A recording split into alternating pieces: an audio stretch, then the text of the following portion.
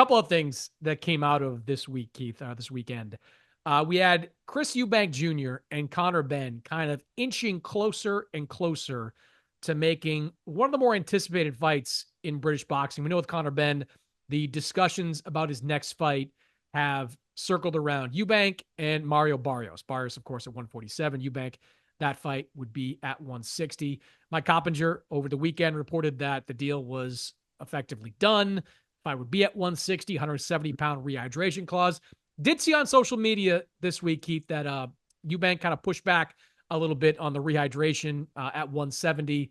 Didn't really seem too keen on that. We'll see where that goes. But it sounds like this is kind of where we're trending there. Eubank Jr. against Conor Benn. Do you think this is the right fight for both guys? It's the only fight for both guys, honestly. They'll make much more money for this fight than they would have made for, well, if Eubank would have fought Canelo, obviously he would have made a lot of money as well. But I think what them coming back together does for boxing in general is spares us Chris Eubank Jr. fighting Canelo Alvarez because he would have lost that fight badly. And it spares us watching Conor Benn fight Mario Barrios. Now, he might have won that fight, but he doesn't really deserve a welterweight title shot. So this is the fight that everyone wants to see. It's huge domestically for them. It's the fight that should have happened in October 2022 when all this went down with Conor Benn, and he's been, in limbo, so to say. He's been fighting, obviously, but he hasn't had any high-profile fights, and so, we're just kind of doing what should have been done to be 2.5 years probably after the fact. But it's an interesting fight. Obviously they have the lineage and everything, and people in Great Britain are enjoying the rivalry, or they have enjoyed the rivalry. They're probably tired of reading about it and hearing about it at this point. They want to just see them fight already. As it relates to that rehydration clause, I mean, what does Chris Eubank expect? He's fighting a welterweight. Like, what do you want to be, 190 in the like? Come on, I mean, you got to be reasonable in some way. You're making a lot of money for fighting a much smaller guy who just happens to have a famous father who fought your famous father. You're not in the same weight class. You're not even near the same weight class. So, I mean, it's not like they're asking for a 165 rehydration clause. You just got to. It's basically an IBF fight, right? Like 10 pounds. You got to Yeah. stay within that 10-pound rehydration, which I think is reasonable. If you're going to have Conor Benn come off the 157-pound catch weight, which is what the first fight was contracted at, you got to give something back. And a 10-pound rehydration, I think, is reasonable. I think it's the right fight, like you said, for both guys because the money is so much more significant. Eddie Hearn had it pegged at 4 times more than what Conor Benn would have made to fight Mario Barrios. So you got to take the money when it's there because you just don't know what's going to happen with Chris Eubank down the line.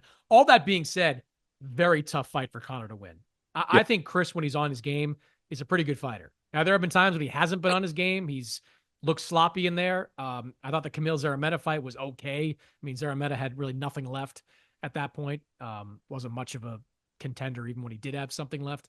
But when those two guys meet in the middle of the ring on whatever date, round 1, Eubank is going to be huge, and he is going to have such a big size advantage over Conor Benn. And Conor, as we've seen, even before all the PED stuff, he had some spectacular knockouts, but they were largely against B and C level competition. Now he's moving up 2 weight classes, and we saw in his 2 fights in between, the one against Orozco and the one against Peter Dobson, he couldn't knock those guys. He couldn't get those guys out of there. Peter Dobson, that fight was at about 150, I think, and Orozco was at 154. He couldn't hurt either one of those guys. So Eubank has a great chin. We've seen that over the years. And I think Eubank's got some good pop.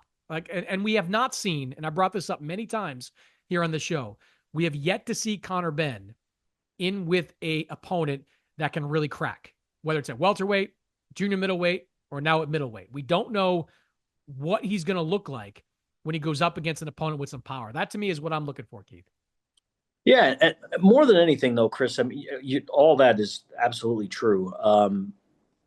It's a huge event. Like, people from outside of the UK don't really understand probably how huge the Ben Eubank rivalry was in the 90s. It was an enormous event that they had at, to just circle back to that and galvanize British boxing fans in the way that this event will. Whatever anyone thinks of Conor Benn as a contender, whatever anyone thinks of where Chris Eubank is in his career, the event is huge. And particularly now that Fury Joshua won't happen, which would have been even bigger, of course, they kind of need it. It's one of those nights that'll live forever in lore of British boxing, and look, it's going to get people much more excited than if Conor Benn would have fought Mario Barrios and whoever Eubank would have fought based on Canelo going in a different direction with, probably Skull and Crawford. What was Eubank going to do that made any sense? This should have happened 2.5 years ago, basically, or 2.5 years from the point that the fight will actually happen. And now it's happening. So, here we are. So a couple of things I want to get to, because this Ring Magazine Awards gala was fascinating because you had so many people in the same room, many of them for the first time in a long time. And two of those people were Devin Haney and Ryan Garcia, who wound up in each other's orbit. A lot of social media videos posted. You had Bill Haney shooting Ryan leaving the hotel while Devin's staring at him going into the car. In the aftermath of this event, there was some reporting out there that Devin Haney has agreed to all terms stipulated by Turki Al-Sheikh to fight Ryan Garcia in a rematch. Doesn't sound like the money is the problem for Ryan Garcia, but he's been pretty adamant that he's not going to be involved in VADA testing moving forward. He's got an issue with VADA that stems from him believing that they screwed him over. Not saying they did, but him believing that in the aftermath of the positive test for Osterine after the Devin Haney fight. What do you make of what we've learned in the last couple of days about Ryan Devin Part 2 and the likelihood that it's going to happen? If I'm the Haneys, I say either you do VADA testing comprehensively from the time, not when you start training camp, from the time that we come to an agreement. You start VADA testing then. And if you don't do it, good luck. I know they want the fight. They made many mistakes in the buildup toward the first fight, as we've discussed on the podcast before, allowing him to come in overweight, thinking he was often on Pluto somewhere based on his behavior before the fight, and thinking he didn't have the mental capacity nor the physical capacity to win the fight. And they learned out the hard way 20 seconds into the fight that he very much had the mental and physical capacity to win the fight. Now, he had Osterine in his system. What I would say to Ryan Garcia is, obviously, whether you did it on purpose or not, you're the only person who knows that. But you're responsible for what you put in your body. Put your big boy pants on. Sign up for VADA testing. No one screwed you. No, VADA, Margaret Goodman, nor any of the testers from around the world that are employed by VADA have any vendetta against Ryan Garcia. Start accepting responsibility for your own mistakes and move forward with your career. Or don't, and you'll make a lot less money. Because he could go fight Gervonta Davis for sure, and people will want to see that fight. Presumably Gervonta Davis will beat Lamont Roach on March 1st, and then that fight is available for him too. But Gervonta Davis is going to want Ryan Garcia to do what? Comprehensive VADA testing. So you're not getting out of this. It is the gold standard, whether he likes it or not, whether anyone on his team likes it or not. VADA is the gold standard for PED testing in boxing. And if you don't want to do it for whatever cockamamie reason you've come up with in your own head, well, then you just won't get the fights that you want. You can go fight exhibitions in Japan. Have at it. You're closer to the New York Athletic Commission, both geographically and professionally, than I am. But when he got suspended, my understanding was that it wasn't just going to be a case of, hey, April 20th, 2025 comes around and he's off the list. I think he's going to have to show through testing that he's a clean athlete. I mean, and he should. Yeah.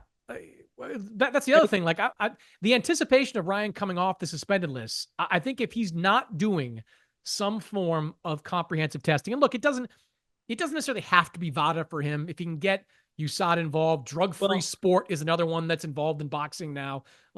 They all go to the same damn lab anyway. So just that's true, Chris. That's true. But as you know, what Devin Haney has signed up for is 24/7, 365 VADA testing. So just to make sure that they're being tested in the same ways that that the opponent is being tested for, he should have to sign up for it. Again, like the arrogance to fail a drug test, to be suspended for a year, to pay a substantial fine, and then show up and say you're not going to do drug testing because you think that the people who run it have it in for you.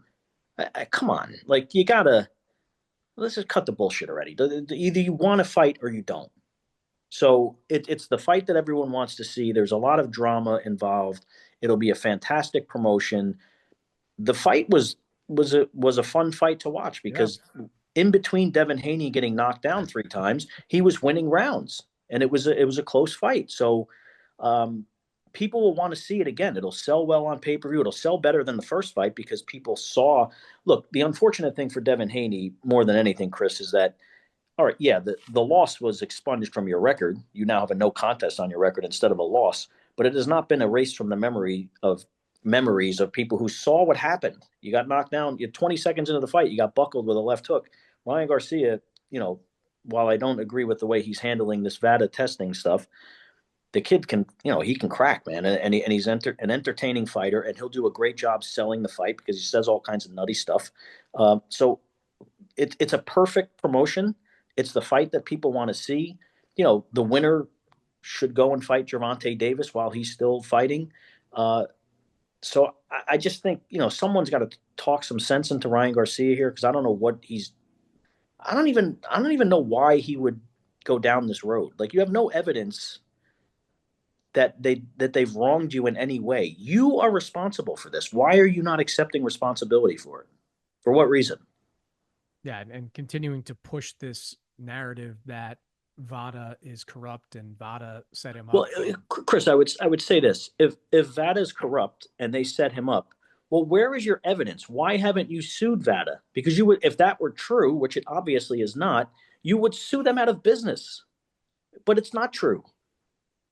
Yeah, I agree. And if you're Ryan, you kind of look at what's like. Devin is starting the process of getting that fight to the level it needs to be at. If he comes back in the spring and fights on BLK Prime against whoever, I mean, it's not going to be a good opponent. He can get a win under his belt and do his part. If you're Ryan Garcia and you enter testing quickly, soon, you can come back in May, June, fight somebody relatively low level at 147 pounds. And then all of a sudden, you got momentum, man. We've talked about this a couple of times on the show, but you've got momentum for that fight to happen. And look, that fight did around 300,000 pay-per-view buys the first time around. I think you can triple that in the rematch. You do that fight in Vegas, you get the right promotion around it. I think it does 3x what it did the first time around. And Chris, the reason, not only because there's much more drama now and people will want to see it much more than they wanted to see the first fight, the price is going to be lower because you're going to have, Turki Al-Sheikh, Riyadh Season involved, and they have committed to lowering the price of U.S. pay-per-views. I mean, you're going to, what we're going to see on February 22nd are 7 pretty good, not pretty good, I mean, very competitive fights, 7 of them for $26. I don't know how you're getting more value than that. So let's just say it's 40. I don't know what price point they'll come up with for Garcia, but it's going to be half.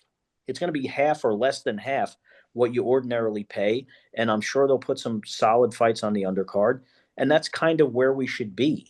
We should be in that $30 to $40 range where people could afford it a little more, and you might not have as much piracy as we have, and really will generate the buy rates that make people look at boxing a little differently.